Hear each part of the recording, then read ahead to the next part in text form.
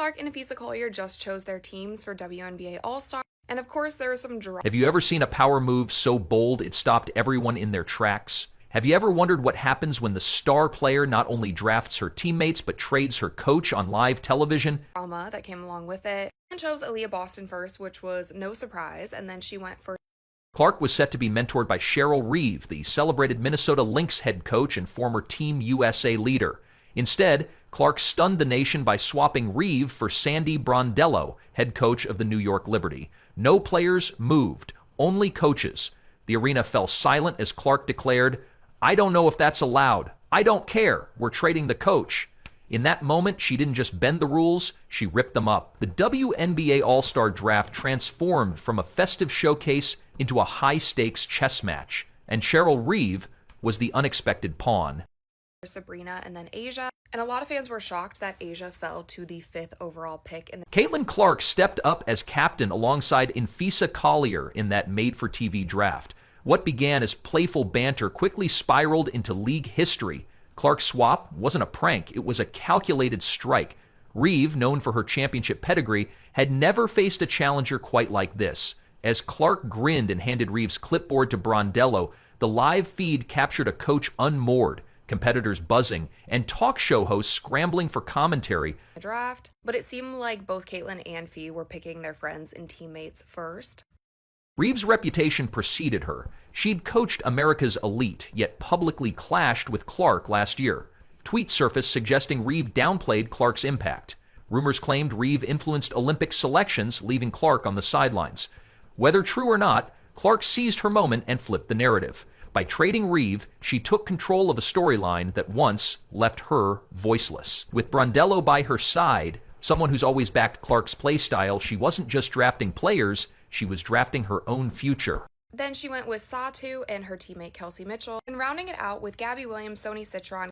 The crowd erupted when Nafisa Collier, Reeve's actual player in Minnesota, instantly approved the trade. No one batted an eye as Collier swapped allegiance. Yet beneath the surface, strategy was brewing. Team Clark now boasted Sabrina Ionescu, Aaliyah Boston, Kelsey Mitchell, Asia Wilson, Sonia Citron, Gabby Williams, Kiki Iriafen, Jackie Young, Kayla Thornton, and the generational force, Asia Wilson. Every pick reinforced Clark's no-ops mantra, no opposers, only allies. She dismantled expectations by passing on media darlings like Paige Buchers in favor of Satu Salabi, driving home that loyalty and trust mattered more than hype. Kiki Iriafen, Jackie Young, and Kayla Thornton. Nafisa Collier chose Brianna Stewart for. Meanwhile, Collier's roster leaned into size. Brianna Stewart, Angel Reese, Elisa Thomas, and Micah Thomas. They packed the paint but risked sluggish transition play. Collier even sported unrivaled league gear on live TV, a not-so-subtle jab at Clark's wave. When Collier tried trading for Boston and Ionescu, offering vibes in return, it became the meme of the night. Clark's curt "good try" punctuated the mismatch, reminding everyone who was in charge. First, who is her business partner and co-founder of Unrivaled. And I also thought it was so interesting. As the draft wrapped, analysts scrambled to rate the teams. Clark's lineup promised breakneck speed, deep shooting, and enough star power to fill a museum. Ionescu and Clark offered floor leadership, Boston and Wilson secured the boards, Mitchell and Citron stretched defenses, Williams, Iriafen, Young, and Thornton brought athleticism and defensive bite. This wasn't a casual exhibition squad, it was a seething supergroup built for chaos. Reeve, relegated to coaching against her former protege, watched as her own design unraveled. Interesting that she wore an Unrivaled t-shirt for an official WNBA All-Star. Off camera, whispers of a New York recruitment blitz grew louder. Sass of Sandy Brondello quietly coaching Clark and Ionescu together hinted at a longer game. The Liberty brass seemed to signal, "Come build your brand here." In New York, stars shine brighter and shoe deals land faster. For Clark, the move could spell not just championships, but cultural dominance, a chance to redefine her legacy outside the shadow of missed Olympic rosters. Draft also kept bringing up her team, the Lunar Owls, and saying that she wanted to draft some of her teammates from. Reeve's frown said it all. She holds 5 WNBA titles, 2 Olympic golds, and a Hall of Fame resume. Yet on this night, her record meant nothing. Clark rewrote the script, demonstrating that true power lies in narrative control. She traded coaches, she curated her own circle, she laughed through every camera cut, and she made a statement louder than any tweet or post-game soundbite. Now as fans dissect every play and clip, one question dominates. Did Clark just engineer the greatest draft shocker in WNBA history, or did she merely unveil what's been brewing under the surface, an era where players dictate terms and coaches play second fiddle? Either way, the aftermath is clear. When the whistle blows in Indianapolis, Cheryl Reeve may call the plays, but Caitlin Clark will command the conversation. Lunar owls, and she even had the host of the draft doing the hootie hoot hoo thing that they do in a... Want more high-voltage WNBA drama and inside angles on your favorite stars? Make sure to like this video, subscribe to the channel, and drop a comment below with your hottest take on the draft swap. Who wins on game day? Team Clark's lightning-fast onslaught or Team Collier's powerhouse front? Sound off.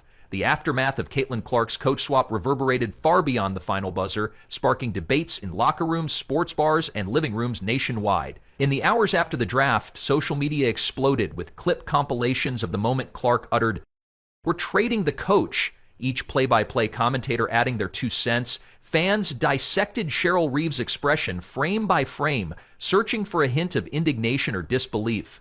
Meanwhile, Caitlin Clark watched the frenzy unfold with a knowing grin, her phone buzzing with congratulatory messages.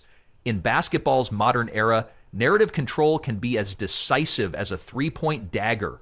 Clark's move had already cemented her status not just as a premier talent, but as the architect of her own legend. Unrivaled, this was definitely a choice. After Stewie, she chose Alicia Gray, Neko Guma. Inside the Minnesota Lynx locker room, whispers of betrayal and respect commingled. Reeve, ever the consummate professional, addressed her squad with stoic calm, though reporters noted a flicker of unease in her gaze. She praised the players' focus and reminded them that on-court execution would ultimately define their legacy. Yet privately, assistant coaches scrambled to recalibrate strategies without their head coach's guiding hand. Players like Nafisa Collier and Natalie Achanwa faced the dual task of supporting Reeve and preparing to face Clark on All-Star Weekend. The tension between loyalty to a beloved coach and the desire to compete at the highest level encapsulated the season's stakes. Across town in New York, Liberty coach Sandy Brondello reveled in her new role guiding Clark's All-Star squad. Brondello's calm demeanor belied her inner delight. She'd just proven her worth as the league's most adaptable tactician. By embracing Clark's distinctive playmaking and sharpshooting, Brondello signaled her willingness to evolve alongside the game's brightest stars. In team meetings, she highlighted how play-calling adjustments, such as staggered screens and motion offense tailored to Clark's court vision, would redefine all-star basketball. Her staff mapped out scenarios emphasizing player freedom and unselfish ball movement. Brondello's voice carried a message. The old guard can still learn fresh tricks. What an opportunity. And I was excited, like really, really excited. Fans dissected every subsequent practice clip, looking for glimpses of chemistry between Clark and Ionescu. They analyzed warm-up drills, late-night shoot-arounds, and sideline huddles through the lens of the coach swap. Would Sandy's offense mesh seamlessly with Indiana Fever alumni like Aaliyah Boston, or would stylistic clashes emerge? Observers noted how Clark sat at the front of team meetings, pen poised above her notebook, embodying her transition from protege to peer. This subtle shift in posture spoke volumes about evolving player-coach dynamics in the WNBA. The league had entered a new phase, where star empowerment extended beyond endorsements and stat lines. Meanwhile, Caitlin Clark returned to Indianapolis, her hometown buzzing with hometown pride.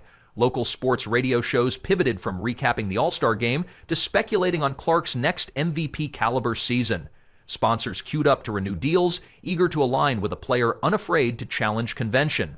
Youth camps in Indiana sold out within days, with young athletes clamoring to emulate Clark's fearless style. In basketball's heartland, conversations shifted from Reeve's legacy to Clark's burgeoning influence. Indiana mattered once more, not just as a cradle of basketball talent, but as proof that audacity can rewrite sports narratives. Till I found out that the team I'm coaching wants to beat the brakes off. Back at All-Star Weekend's main events, the scrimmage tip-off crackled with electricity. Team Clark executed set plays that appeared to spring from a secret playbook, Sandy's X's and O's meeting Clark's improvisational genius. Each fast break, slick dish, and ankle-breaking crossover reinforced the synergy between coach and captain. By game's midpoint, commentators marveled at the fluidity of Clark's squad, how a pick and roll could evolve into a five-player weave in a single breath. Even Cheryl Reeve, coaching the opposition, couldn't mask her admiration as her former charge orchestrated plays like a maestro. It became clear that this wasn't mere spectacle, it was a blueprint for modern basketball. Post-game interviews took an unexpected turn toward introspection. Clark emphasized that her coach trade was never about disrespect, but about testing boundaries. She described herself as a student of the game who, like any entrepreneur, sought the best partnership for her vision. When asked about Reeve, Clark praised her championships and lauded her teaching methods. This nuanced approach defused potential backlash. It also showcased Clark's media savvy. She avoided cheap shots while owning her narrative. That balance underscored why she's not only a rising star on the court, but a commanding presence off it. How do you rate Nafisha's drafting skills for her NBA drafting? And Inside league offices, executives took note of the draft drama's ratings bump. Sponsorship revenue for All-Star broadcasts surged, driven by curiosity and heated debates. The WNBA had pulled off a marketing coup, all without contrived gimmicks. Commissioner Kathy Engelbert later commended the event's success, acknowledging that player-driven storylines captivate audiences. Yet she also signaled a need to refine draft regulations, hinting at rule changes to prevent future coach trades. Behind every memorable moment lies administrative ripples, and Clark's move stirred the calm waters at league headquarters. The following week, analysts published think pieces on how Clark's assertiveness reflects broader shifts in women's sports. Columns argued that today's athletes demand agency equal to their paychecks. Clark's coach swap served as an emblem of this evolution, a declaration that players will no longer be passive figures. Sports historians drew parallels to seminal moments like Curt Flood's challenge to baseball's reserve clause. While contexts differ, the essence remains. Athletes asserting control over their destiny can reshape entire leagues. Clark, at just 22, joined a lineage of changemakers. for you, Fee, did you know that Cheryl was going to get traded beforehand? Before you? At the Fever's practice facility, teammates buzzed about Clark's next moves. In one corner, Kelsey Mitchell praised the draft's strategic brilliance. In another, Aaliyah Boston pondered how Clark's fearless mindset could influence their regular season chemistry. Coaches observed a newfound confidence in Clark's leadership style, noting how she now took an active role in designing plays for Indiana's offensive schemes. Discussions emerged about replicating All-Star synergy back in Fever Blue. Yet return-to-reality pressures loomed, balancing innovation with consistency over a 36-game grind. Across the league, opponents prepared for their November matchup against the Fever. Film crews studied Clark's tape, not just for her scoring prowess, but for the audacity she displayed during All-Star selection. Coaches drafted defensive game plans to limit her off-ball impact, hoping to counter her off-screen screens and backdoor cuts. Analysts debated whether any team possessed the personnel to contain a player unafraid of rewriting the rulebook. That question exemplified the sea change Clark ignited. Tactics and mindsets had to adapt. Off the court, endorsement pitches flooded Clark's camp. Athletic brands sought signature shoe collaborations, beverage companies courted her with creative campaigns, and tech firms proposed partnerships showcasing her on-court IQ alongside artificial intelligence. Each pitch underscored her dual appeal as athlete and entrepreneur. Within days, rumors swirled of a multi-year deal that would solidify Clark's status as the league's most marketable star. Her social media following exploded, parlaying all-star headlines into real-world clout. In every sense, Clark had expanded her influence beyond basketball. When Clark did that, or was that just on the spot when that happened? So first for you. In Minneapolis, Cheryl Reeve regrouped for the Lynx' next challenge. She framed the all-star upheaval as a reminder that basketball is as much about psychology as X's and O's. Reeve held a players-only session, encouraging candid talk about team identity and the Lynx' championship aspirations. Her message was clear. While all-star drama grabs headlines, regular season excellence defines legacies. Reeve's steadiness calmed nerves. Her willingness to confront the spotlight solidified her status as one of the league's most resilient coaches. In adversity, she found an opportunity to reaffirm her principles. Meanwhile, Caitlin Clark continued to hone her game during a brief off-season break. She returned to Indiana University's campus to mentor incoming freshmen, sharing insights on leadership and poise under pressure at alumni events. She recounted the All-Star swap as a lesson in seizing your moment. Her narrative encouraged young players to question limits and dream beyond traditional roles. Clark's counsel resonated. In a sport still evolving, fresh ideas often first emerge from the court's brightest lights. Her willingness to trade coaches symbolized a mindset bound by neither convention nor script.